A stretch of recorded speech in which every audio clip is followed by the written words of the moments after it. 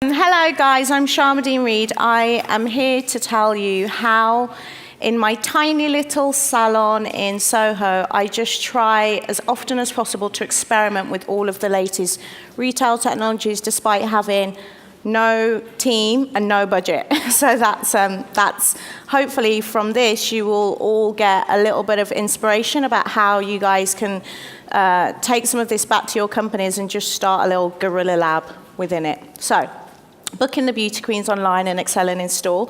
So if you don't know about WAR, like I said, it started as a fanzine while I was at uni, but I always had a really clear vision for the attitude, which was WAR is for downtown girls worldwide. Like for means that we're serving. It's not about the customers like doing us a favor. We are here for the customers always, like we are serving them. The downtown is a sassy state of mind. I have this concept that the phrase downtown does not refer to a geographical location. You don't have to live in Dalston or in Williamsburg or in any of those kind of hipster neighborhoods to have a downtown state of mind, because I'm from Wolverhampton, which in case you don't know is a tiny little town in the middle of England with about 250,000 people.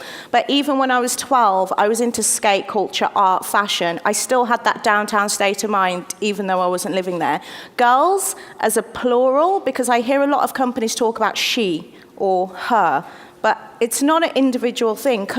Companies today and the way the world works is in groups and communities. So I never talk about her. We always talk about the WAR girls, plural. And it's these tiny little things that we take for granted in business, but when I'm communicating what WAR is about, they're extremely important.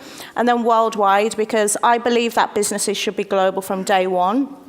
I still to this day find it weird when people launch products in like a single market when you could, if you put a bit of thought behind it, trade everywhere, always.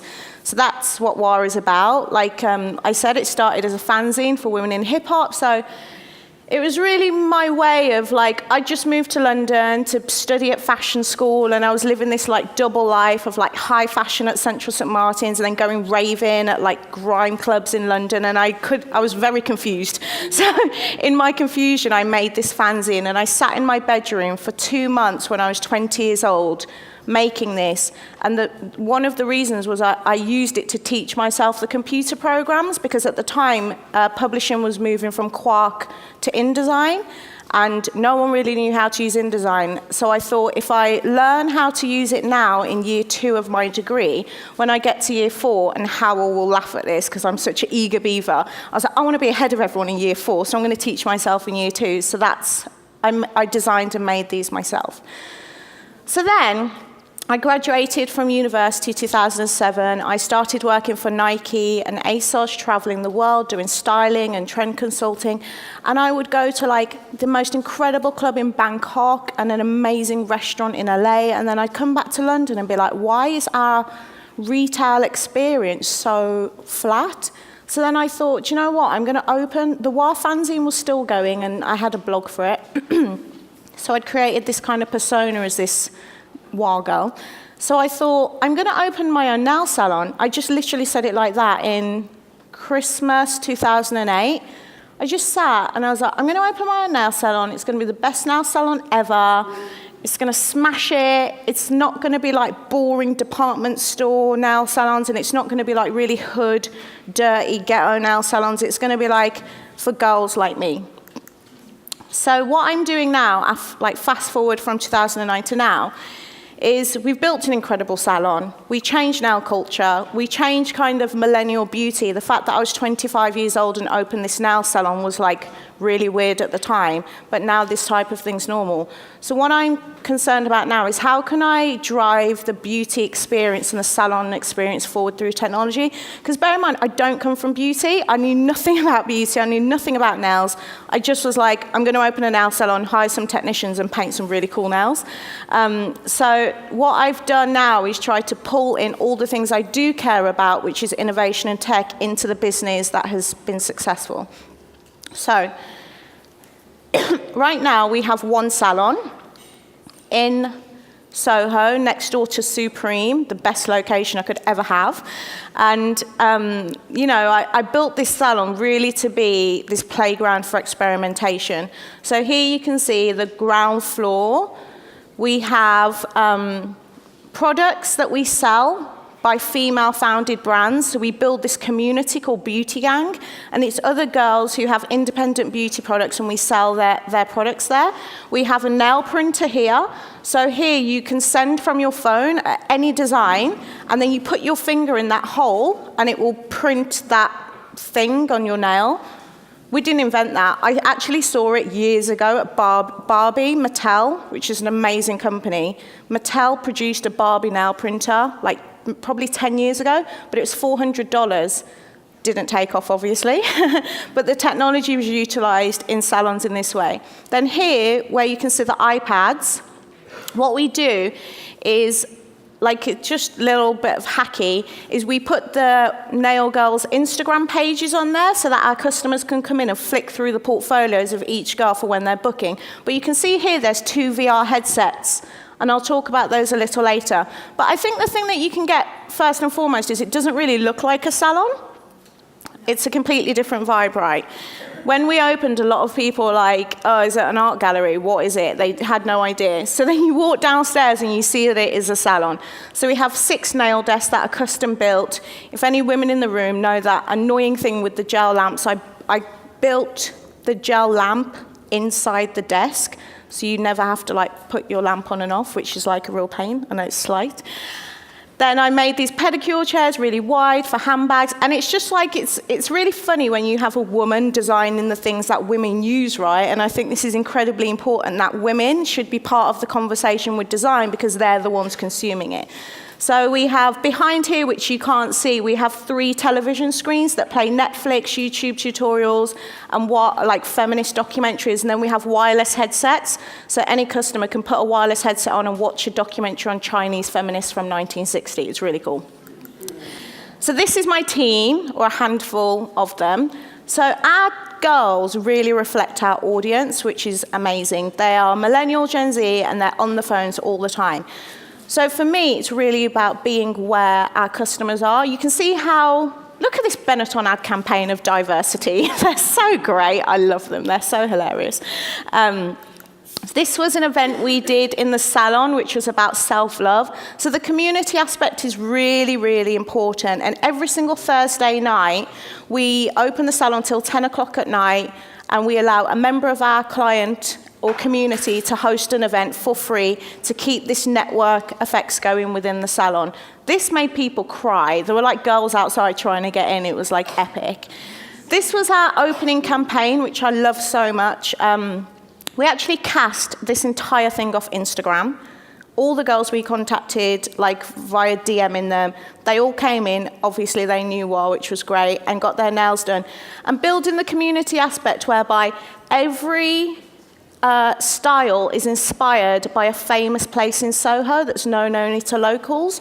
So I think, for me, I'm always about this push and pull between old and new, like online and in real life, but also traditional communities and mixing them and updating them in a new way. So this, you can see here, there's a Palace skateboards nail, and the Palace skateboards teardrop. There's a Supreme, Wardour News, which is a really famous news agent in Soho. So I love this, and the Instagram was a way to reach our fans and then bring them into the brand. And then this is another way that, I know it sounds like a bit funny, but our girls, because they're always on their phones, I recently did a talk on how to communicate with millennials in the workplace for a big fashion brand. And there are some things that you just have to get used to, that millennials and Gen Z will want to text you all the time. So text is like messaging communication, text messaging communication is incredibly important. And instead of waiting for a performance review to tell me that she's happy, one of my team just thought she would text me randomly at like midnight to tell me this, or whenever it was I replied back on the afternoon. But I just thought messaging is the future for our business. So, this is a document from my vision, mission, culture. This is a page from that document. I know it sounds weird for a little nail salon to have a 60-page document on what our vision and mission and culture is, but I think it's important at every single level and at every single company. Why do we exist? What do we do? How do we behave? What do our customers expect? How will we succeed? And what's most important right now? So I can share this publicly with you guys. I think it's really cool to see. But what's most important right now is to make our customers feel amazing and be known as the leading digital-first salon. That was a really important thing that we decided when we opened the shop last year. So here's 3 ways that we try to excel at that. So the first thing was a VR project. So last May, so a year ago now, I'd been to a lot of conferences where people were talking about VR a lot, right? And I was like, how could I use VR in a non-gimmicky way to make it commercially viable? So I partnered with a company called DVTK, who are incredible. They're ex-Kenzo digital director, 3D designers, to develop the best nail VR experience ever, I've got to say. So even something as simple as this, right, the rendering of a nail. If any of you have been on OPI's, OPI, billion-dollar company, if you go on their website and try to, preview a color on your nails, it's the most worst Photoshop render I've ever seen in my life. And this is a billion-dollar company. So I was like, if we're going to do these renders, they have to be stunning, beautiful, realistic. Prior to this, I was really flirting with the idea of using augmented reality. But if anyone who's worked with that technology knows, it's not there for hands yet. There's too much similarity between the nail. There's no tags, you have the tags for eyes, nostrils, eyebrows. There's no tags for hands. It's not as easy. So I was like, okay, AR, if we can't do that, we should make it as fun and Simsy and gamified as possible. So we rendered the most beautiful nail. So here you can see is the real nail. That's my hand. And that is the nail design. And I think you'll agree it looks really cool, right? It looks so cool. I love it. I still get excited by this stuff. I'm like, that looks so cool. So yeah, process was rendering the nails perfectly. Here's Kim, who's designed the project. And then there's the headset. And what we did, we used Leap Motion, which I know one of the exhibitors downstairs is using, which is brilliant because I've not seen anyone else use Leap Motion for VR yet. We use Leap Motion, which tracked the hands. That allows you to put the designs on your hands in a setup like this. So I'll play this video. So the thing that I felt with VR, going to endless VR conferences, is that when you have a remote in your hands, it ruins the illusion, right? If I have to click or do things, I was like, that's not how I want this experience to be. I want it to be as realistic as possible, where a girl, is that video playing? Did someone press play on it? If you just scrub forward a little bit. Okay, so you put your hands in front of you and the Leap Motion is tracking your hands. No remotes, no nothing. You choose your skin tone, and then, woo, you've got nails. So cool. And then the thing is I really observed how girls, what they do. So when a girl puts nails on, they do that. What do? They do that, and then they go like that, right? That's what they do. So I had to make sure that the rendering was really good at this close to the headset. All of these things were super important. So although this was a collaboration and it was an experimental and really quick thing, you can imagine the potential for the future, right? So here you can see my polishes are on the side. So the colors that you see within the experience within the app are our actual products. So we rendered the exact colors. So imagine we've got all of these color IDs, these color IDs linked to product IDs, linked to a shoppable area. Obviously, none of this works. It's just an experience in the salon. But the idea that could be shoppable, so that the VR could then talk to the e-commerce to be like, I want to get it done at home, let me just order these polishes, or I want to get it done downstairs, let me send it to a nail tech, or I want to print it out myself, let me just put my finger in a printer. The problem with all of these incredible new future technologies is none of them talk to each other, so that couldn't happen. Or imagine if we did a collaboration with Rihanna, just dreaming. And Rihanna comes into the screen and is like, babes, that nail design is so cool. Why don't you try blah, blah, blah? And it could be this incredible, like, if you're a 14-year-old girl in your bedroom, wouldn't you want Rihanna to tell you that the design you've done looks really cool? So I think the potential for this is huge, but it's too far in the future for it to work on a store level. But it's still important to do, because the minute I'm ready to revisit this, we've done all the learnings, we've done all the working out, and we won't be late to the game, which is what you don't want to be. No one wants to be late to the game. So the second thing we did was build a booking bot, which just went live yesterday. So if any of you go, I'm not going to tell you because you'll all look at your phones. Right, so I'll just tell you, we work with a company called Bowtie.ai to build this conversational booking system. Like I said, I'm obsessed with messaging, obsessed with text messaging. All girls are obsessed with text messaging. So in the summer, I decided to take bookings via WhatsApp, which just went ridiculously insane. We have hundreds and hundreds of messages. Everyone WhatsApps us. Girls are booking at their desk, they're booking on the bus, they're booking on the tube. They don't want to pick up the phone and talk to anyone. I remember some guy saying, what, you want me to actually dial a number and call? I would, what? Why?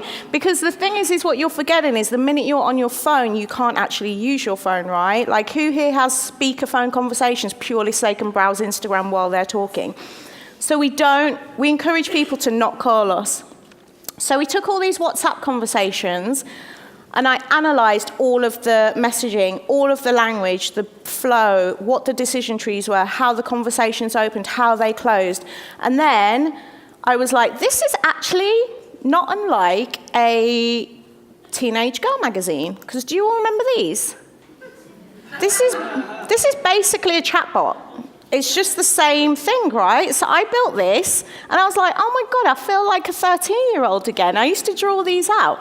So I'm really excited about more women being involved in AI and chatbots and machine learning, because this is how girls think anyway. Their brains are like, should I do this? Should I do that? And if I do that, what's going to happen?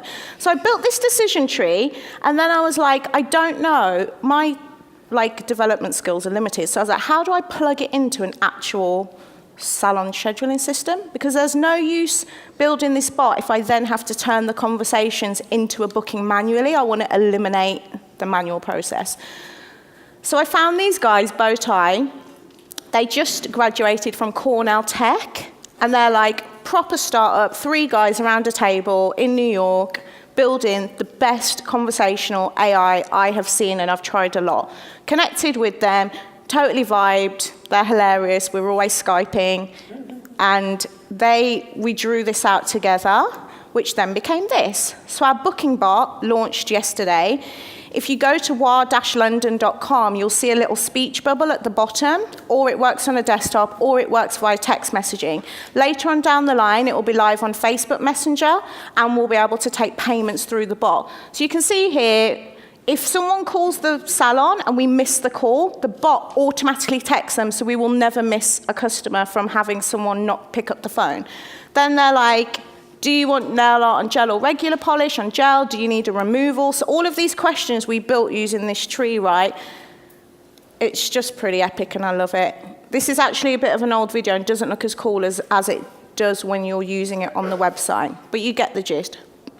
A lot of people, again, are talking about chatbots, and I've had people quote me like 20 grand for a chatbot, or like, oh, if you want me to build a chatbot for your business, it's going to take 3 months and this amount of money. These guys, the idea of working with young startups is something that people just don't do often enough. I found these guys on the internet.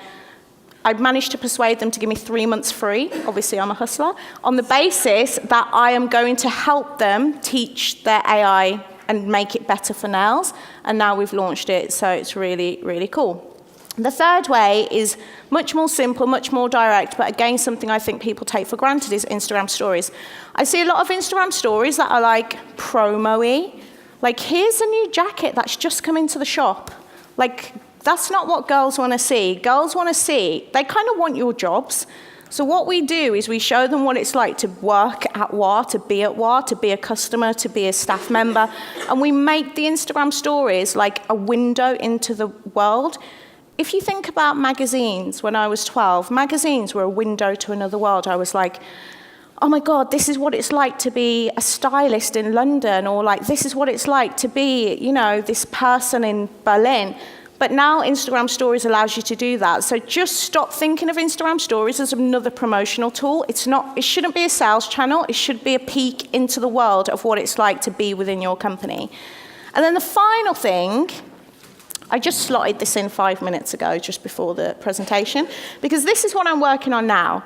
Because BeautyStack, so beautystack.co, all of these technologies that I've been building in the last 12 months have been incredible, fun, amazing, innovative, got us loads of press and loads of ideas, and I've met some incredible people. But there is no ecosystem around them to actually put them to good use. And until that bit catches up, it's like building a car but having no roads. Do you know what I mean? If we don't have, there's no VR IT help desk, for instance. So every time that VR thing broke, we just have to figure it out. It's really annoying.